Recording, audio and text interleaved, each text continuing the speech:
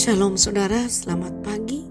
Tuhan berkenan memberi kita napas hidup dan kesempatan untuk berjumpa hari ini, Kamis 22 September 2021. Mari kita bersyukur dalam doa. Terima kasih atas berbagai berkat-Mu, kasih sayang-Mu, teristimewa kehidupan anugerah-Mu ya Tuhan, yang kami mau pakai melanjutkan hidup hari ini dengan berbagai aktivitas kami. Namun sebelumnya kami jeda sejenak menikmati perjumpaan dengan Tuhan di dalam doa dan firman-Mu. Tolong kami ya Tuhan, sehingga firman-Mu ini berarti bagi kehidupan kami. Berkatalah, kami telah sedia untuk itu. Amin. Saudara, firman Tuhan pagi hari ini Keluaran pasal 18 ayat 13-27, namun saya akan baca hanya pada ayat yang ke-19 sampai ayat yang 23. Berkata, jadi sekarang dengarkanlah perkataanku, aku akan memberi nasihat kepadamu dan Allah akan menyertai engkau. Adapun engkau wakililah bangsa itu di hadapan Allah dan hadapkanlah perkara-perkara mereka kepada Allah. Kemudian haruslah engkau mengajarkan kepada mereka ketetapan-ketetapan dan keputusan-keputusan, dan beritahukanlah kepada mereka jalan yang harus dijalani dan pekerjaan yang harus dilakukan. Di samping itu, kau carilah dari seluruh bangsa itu orang-orang yang cakap dan takut akan Allah, orang-orang yang dapat dipercaya dan yang benci kepada pengejaran suap. Tempatkanlah mereka di antara bangsa itu menjadi pemimpin 1.000 orang, pemimpin 100 orang, pemimpin 50 orang, dan pemimpin 10 orang. Dan sewaktu-waktu mereka harus mengadili di antara bangsa, maka segala perkara yang besar haruslah dihadapkan kepada mereka, kepadamu. Tetapi segala perkara yang kecil diadili mereka sendiri. Dengan demikian mereka meringankan pekerjaanmu, dan mereka bersama-sama dengan engkau turut menanggungnya. Jika engkau berbuat demikian dan Allah memerintahkan hal itu kepadamu, maka engkau akan sanggup menahannya, dan seluruh bangsa ini akan pulang dengan puas, senang ke tempatnya. Inilah saudara bahagian firman Tuhan yang diperkenankan bagi kita membaca, mendengar, untuk kita renungkan dan jadikan pedoman kehidupan kita hari ini. Mau menyapa dan menegur saya dan Anda dengan satu tema, mendelegasikan tugas.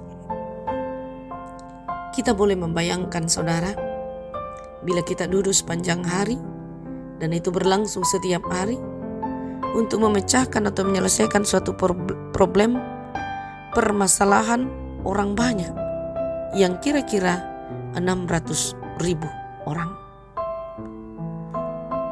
Atau bisa kita bayangkan, kalau kita berdiri sepanjang hari menunggu giliran untuk dilayani, dipanggil satu persatu oleh satu hakim. Sangat melelahkan saudara. Begitulah yang terjadi pada Musa dan bangsa Israel pada waktu itu. Pertanyaannya, mengapa? Ada dua hal penyebab.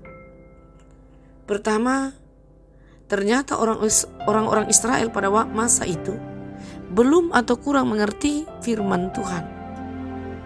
Hal ini wajar, karena Taurat belum ditulis pada waktu itu. Karena itu Musa lah yang mengajarkan kepada mereka segala ketetapan dan perintah yang diterima langsung dari Allah. Kedua, Musa adalah satu-satunya hakim bagi bangsa Israel, sehingga setiap permasalahan di antara mereka harus diselesaikan oleh Musa. Musa memang seorang pemimpin jempolan yang mampu mengurus bangsa secara menyeluruh, sekaligus memperhatikan persoalan perseorangan mereka. Ia sangat menyentuh kepemimpinan Musa ini. Hal ini menunjukkan kasih dan perhatian seorang pemimpin kepada setiap pribadi yang dipimpinnya. Namun di sini, Musa harus belajar mengenali batas-batas kapasitasnya. Saudara, atas petunjuk dan nasihat dan teguran mertuanya Yitro, Musa akhirnya melakukan yang diharapkan oleh Yitro, yakni mendelegasikan tugas pelayanan kepada orang lain. Ada bagian yang tetap ia pegang sesuai dengan kapasitasnya sebagai pemimpin utama, dan yang lain ia delegasikan kepada mereka yang memenuhi kriteria tertentu. Jadi tidak juga sembrono, tetapi orang-orang yang memiliki kecakapan dan karakter yang menjadi contoh, takut akan Tuhan, dan menolak berbagai suap. Kriteria inilah yang harus menjadi dasar bagi Musa dalam memilih orang-orang tertentu di antara 12 suku bangsa ini untuk bersama-sama dengan dia dalam memimpin bangsa ini. Kualitas itu sangatlah menentukan, saudara. Kecakapan, terampil melayani, takut akan Tuhan, dan dapat dipercaya atau diandalkan akan sangat berarti di dalam bekerja sama untuk melakukan kepemimpinan. Dan kita lihat seperti Tuhan mempercayakan tugas pelayanan dan memperlakukan kita sebagai partner kerjanya. Marilah kita menggalang kemitraan dengan sesama anak-anak Tuhan, dengan teman-teman kita di ladang Allah, dan juga di tempat kita mengabdi yang Tuhan percayakan. Mari kita membuka diri dan melihat orang lain juga punya kemampuan untuk bersama-sama kita dalam menata pelayanan atau kepemimpinan. Mereka yang memerlukan bimbingan perlu kita dampingi dan kita beri kepercayaan. Mereka yang sudah mampu kita utus. Kita beri kehormatan bagi mereka untuk mendemonstrasikan kemampuan mereka melalui kepemimpinan regenerasi yang ada. Artinya kita mau menjadi bahu-membahu dalam mewujudkan pelayanan di ladang Tuhan. Karena itu percayalah, Tuhan tidak meninggalkan kita ketika kita menyadari bahwa aku terbatas dan aku butuh orang lain dalam mengangkat karya hidup yang Tuhan percayakan bagi kita. Yakinlah, Dia yang akan memberikan itu bagi kehidupan kita sekalian.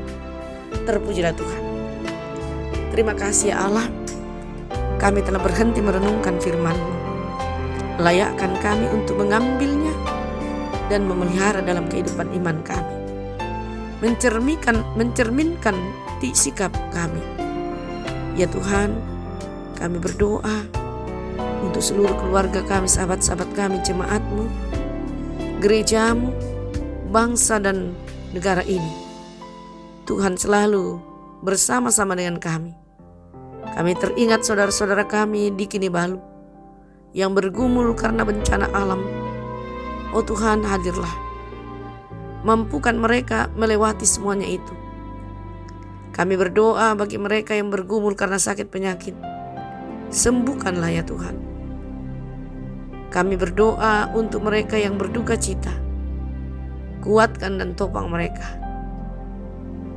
Kiranya Tuhan tetap bersama-sama dengan harapan-harapan kami terhadap orang tua kami yang karena lanjut usia mereka sudah terbatas dan sangat jarang berjumpa satu dengan yang lain. Karena itu kami berserah sepenuhnya ke dalam tangan-Mu. Tetaplah menopang kami. Kami berdoa ya Tuhan untuk mereka yang berbahagia karena hari ulang tahunnya, ulang tahun pernikahannya, momen yang penuh cerita sukacita dalam kehidupan mereka, kesuksesan. Tuhan, sempurnakanlah itu. Nama-Mu tidak pernah dilupakan dalam kehidupan mereka semua. Ya Bapa, inilah doa kami, inilah harapan kami yang kami bawa di dalam satu nama, Tuhan kami Yesus Kristus. Amin.